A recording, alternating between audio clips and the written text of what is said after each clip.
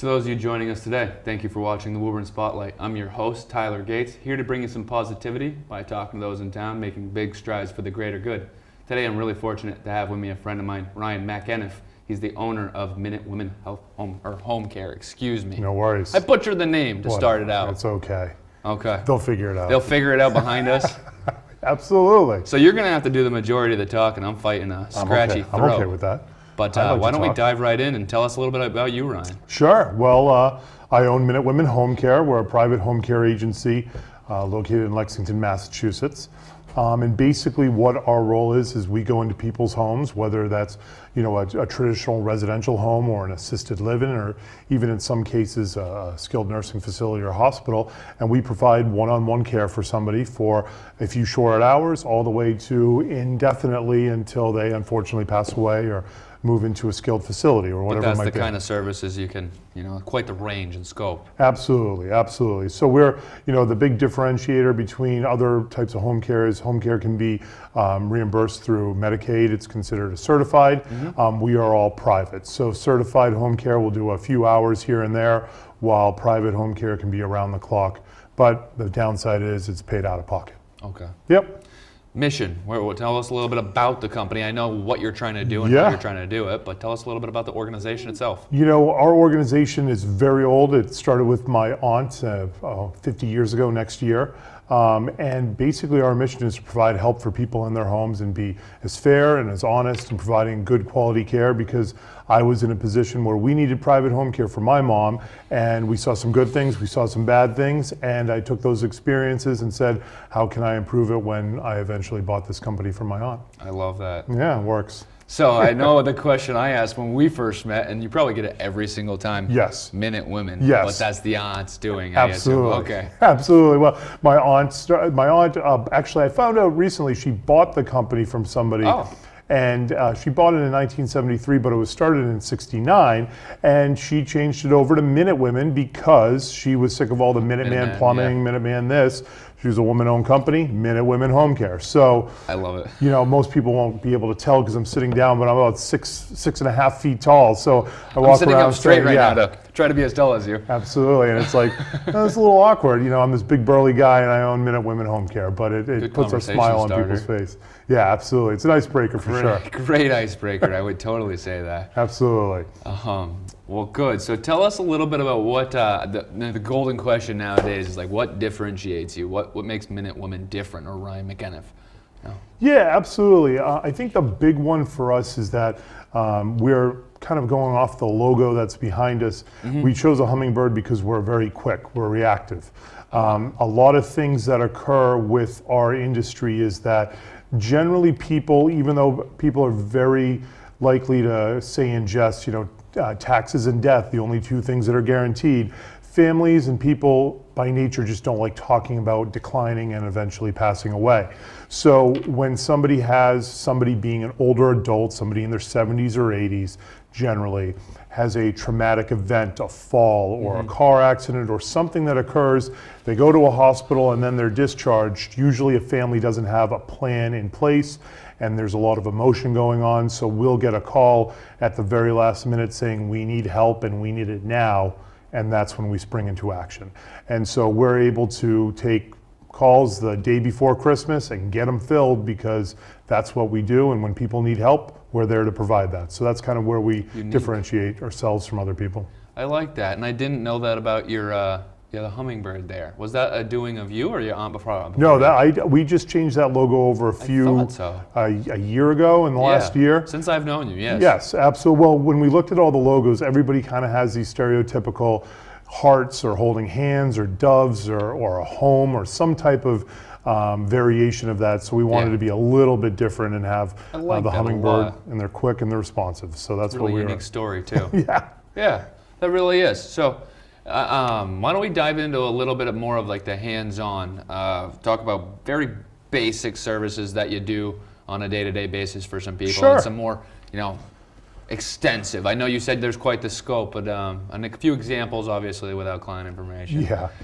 So what we do is we provide what are called ADLs, activities of daily living. Okay. What that is our tasks that you and I, being younger adults, take for granted every day, which is simply bending over and cleaning a baseboard, making a meal, putting on your pants one leg at a time, as the saying goes, but people have difficulty with that, all the way up to total personal care. So somebody might start with us where they just are no longer driving, maybe their eyesight, hand-eye coordination isn't as good anymore, and so we'll just drive them back and forth to a doctor's appointment and escort them there and back. And that's all we do. Maybe it takes an hour or two.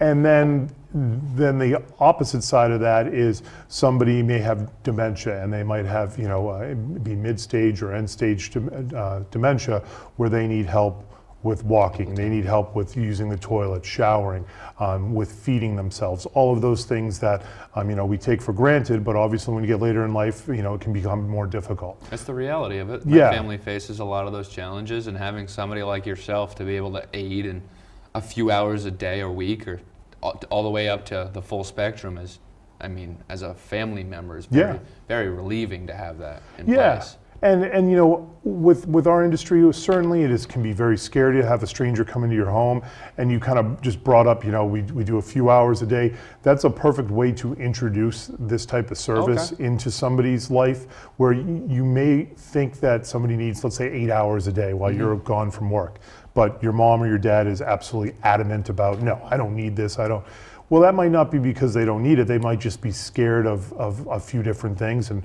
a stranger coming into the home, well, you just say, hey, somebody's going to drive you back and forth to the grocery store or back and forth to the barber to get your hair cut. All right, that's okay. I'm getting help. It's like taking a taxi. And then all of a sudden, that introduction's made, and the snowball starts growing and going down the hill a little bit. I could see that. I could definitely see that. Absolutely. Happens all the time. What kind of a footprint can you serve? You mean our kind of geography? Yeah, so we are, since we're a privately owned company, since I own it, we're not a franchise, we really can go anywhere, but generally it's $4.95 and in. So if you think, we're located in Lexington, $4.95 and in, and usually north of Mass Pike. That's kind of our area that we can do for the service area. But, obviously the more hours that somebody wants, the further a caregiver is willing to drive, so that's not a hard line in the sand. Case by case. Absolutely. If it makes sense for the organization, the family. Sure, but most of our business comes from within Lexington and one or two towns around Lexington. I'm assuming with the kind of work that you do, you have a lot of partnerships and collaborations with, maybe assisted living facilities, independent care. Or if it gets, to the point where they want to segue from maybe a rehab back to home, or from home to assisted living. Is that fair to say? Those are definitely referral partners of ours, where, when somebody has that fall, they go to the hospital for 48 hours, they go to a SNF, a rehab facility, we call them SNFs, and then they need to be discharged home. That's when we'll be brought in to provide that type of care. Assisted livings can be a bit more difficult because somebody's privately paying to be in an assisted living. Oh, okay. And then the assisted living kind of has to go up to the family and say, hey, Tyler, your dad is kind of not appropriate anymore unless he gets 24-hour home care or some type of care. And then that's when the family needs to make a decision. Are they going to stay in assisted living and get private home care, or are they going to find alternative means to care for their loved one? So with people wanting to stay in the home longer nowadays, what can we do, especially with family coming around for the holidays, to make sure that the home is as safe as possible for our loved ones? Yeah, there's 3 or 4 kind of simple ones to do that everybody should do in general. The first one is getting rid of those throw rugs. People love them. Really? People love them, but they trip over them, and they're a tripping hazard.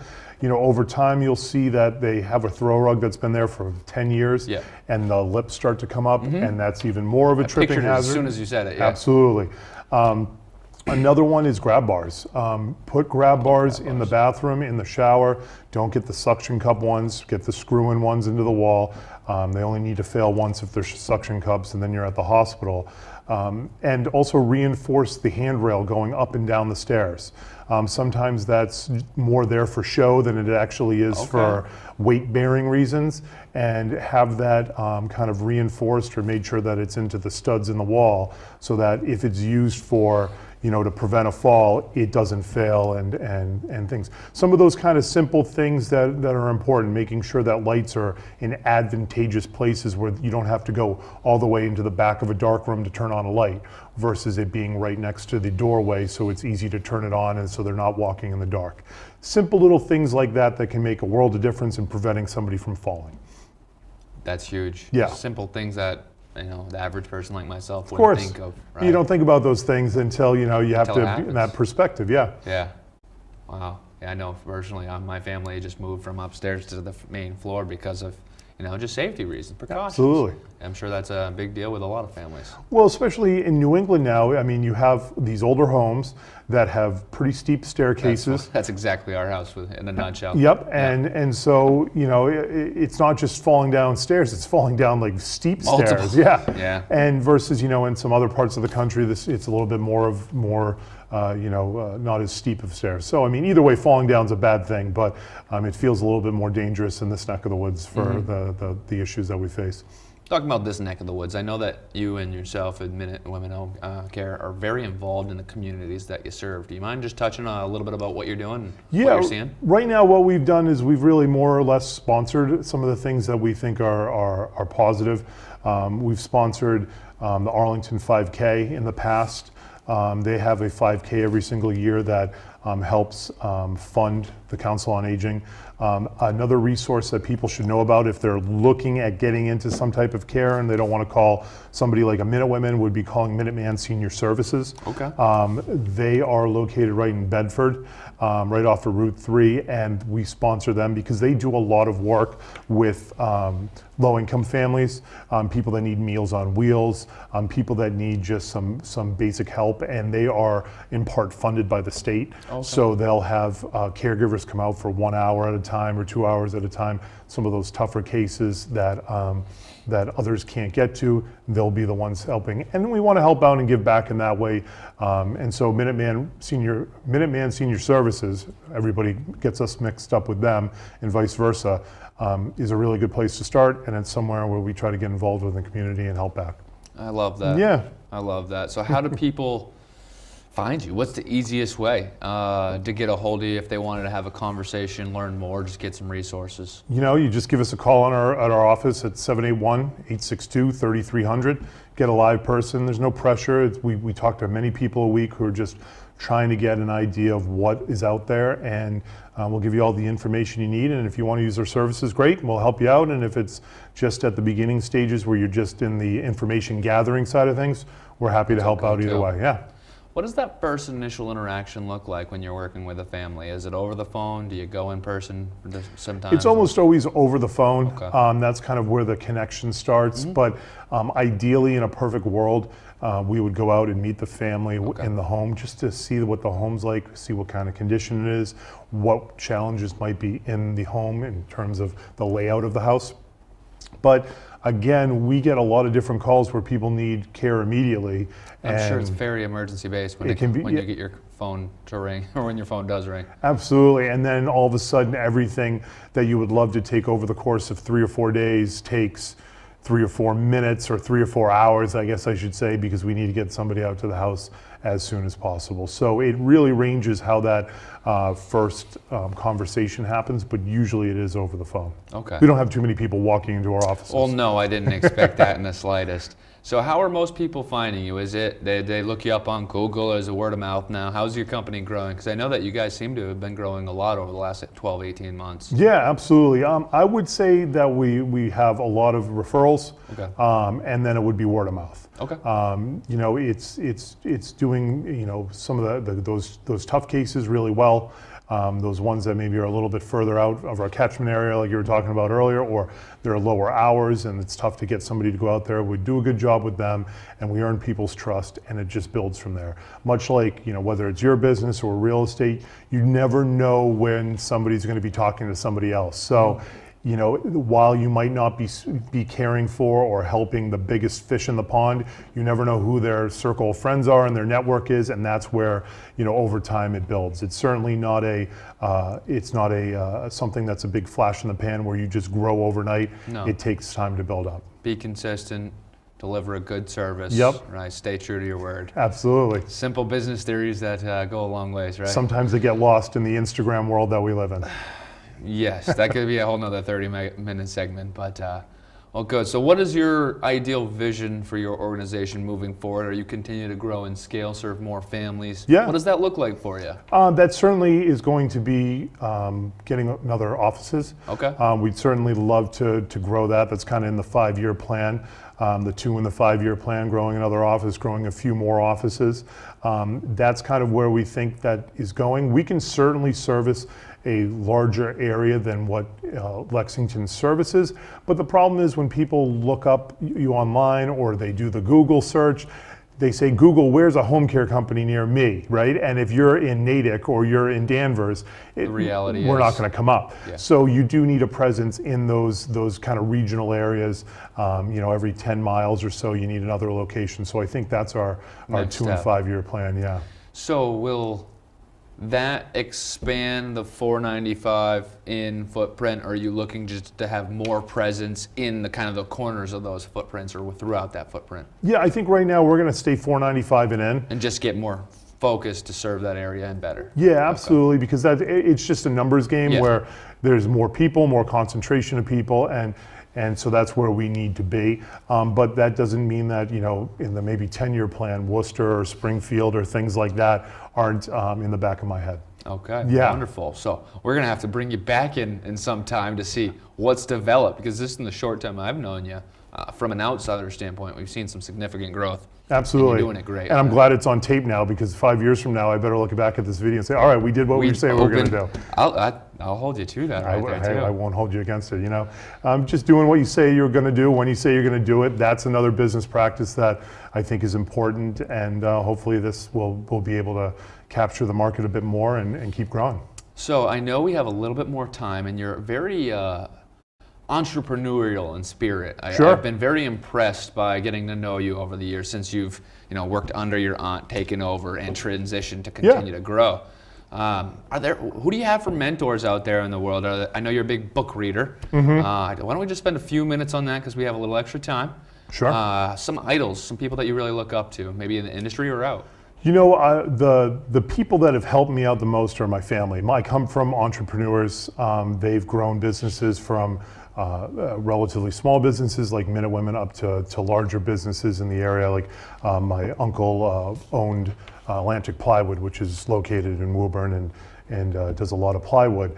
So whenever I'm having a tough time or I need some advice, I have 3 or 4 people I can always call. But finding a mentor I do think is important. It's not as easy as usually family and friends are the ones that kind of help you out in those circles.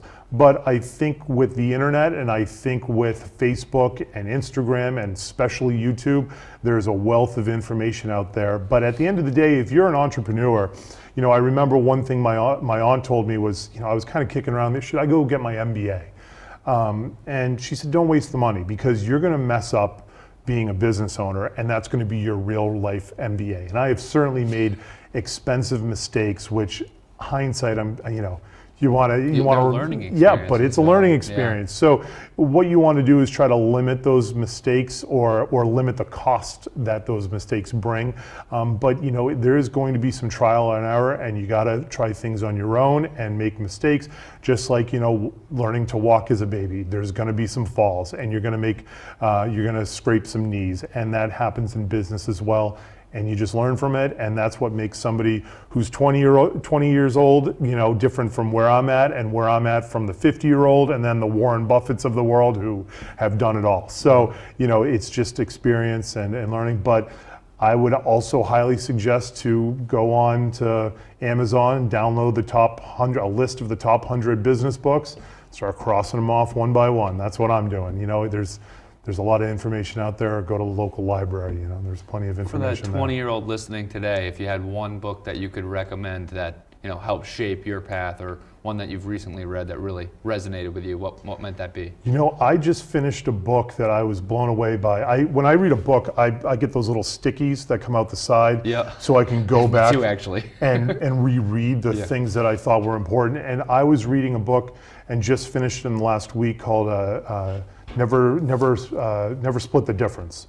and it's by a guy named Chris Voss, and he was an FBI hostage negotiator worldwide, and so he did all these negotiations when people's lives were at stake, and he has this outstanding book on how to negotiate better, and I'm more intimidated by how much I have to look back on the book and read through my notes because I've used so many little stickies on that one. So that's when I finished and I was really impressed with. So well, I'm going to read that one now. Absolutely. So heck with the 20-year-old that's listening. Yeah. I just wrote that one down. I'm excited to see that one. Yeah. So thank you for coming in today. We have a few more minutes. If there's anything that you would leave or like to leave with our viewers, now would be the good time to do so. Sure. One of the things that we've done and tried to do is put out as much information as we can. Yeah. There are sometimes people that are concerned that when you call up a company, we're going to get your name and your number, and then we're going to incessantly call you, which we don't do, but people are worried about that. We do have a blog that's updated regularly that has a lot of information on it. We also have a podcast called The Caregiver's Toolbox, which you can get through all the Stitchers and Google Play and iTunes. And we're up to almost 100 episodes of just talking about senior care and different topics about it, how you can learn about it. And so there's a lot of information that you can learn that is pretty safe in the manner that you don't have to necessarily call us up and feel like you're risking us getting your phone number and calling you back. We do have a lot of great information on the website and on the podcast, and you can look that up and you'll be able to spend as much time as you want reading about private home care and senior care in general. What's the website? Website's mwhomecare.com. Okay, we'll have Lauren throw that up on the screen for us so everyone can jot that down when they get to. But Ryan, thank you for coming on today. I think we covered a couple of great topics. I learned to throw away the throw rugs, fasten in some secure grab bars, and I'm looking forward to reading Never Split the Difference. So absolutely. Well, after squat days, I sometimes feel like I need a grab bar. It's just like need a little extra help getting up sometimes. So get those grab bars. Just get them in place, right? Thank you for coming on. It's always a pleasure. We'll circle back with you to see how you grow over the next couple of years. Thank you very much. And thank you all for watching today's show with Ryan. Remember, we all have one life to live. Let's all do our part. I'm your host, Tyler Gates. Join us again next time for another episode of the Woburn Spotlight.